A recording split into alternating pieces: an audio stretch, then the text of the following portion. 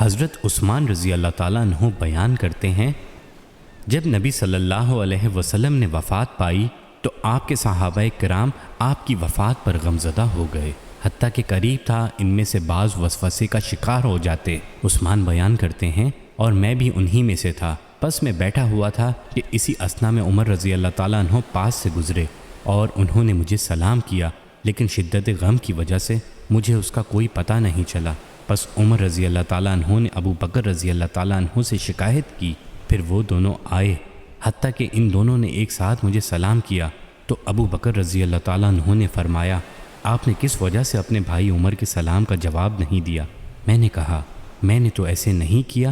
تو عمر رضی اللہ تعالیٰ عنہ نے فرمایا، کیوں نہیں؟ اللہ کی قسم آپ نے ایسے ہی کیا ہے۔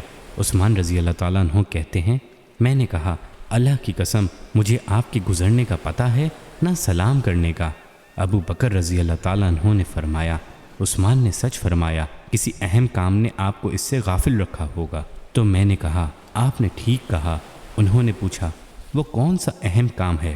میں نے کہا، اللہ تعالیٰ نے نبی صلی اللہ علیہ وسلم کو وفات دے دی، اس سے پہلے کہ ہم آپ سے اس معاملے کی نجات کے بارے میں دریافت کر لیتے۔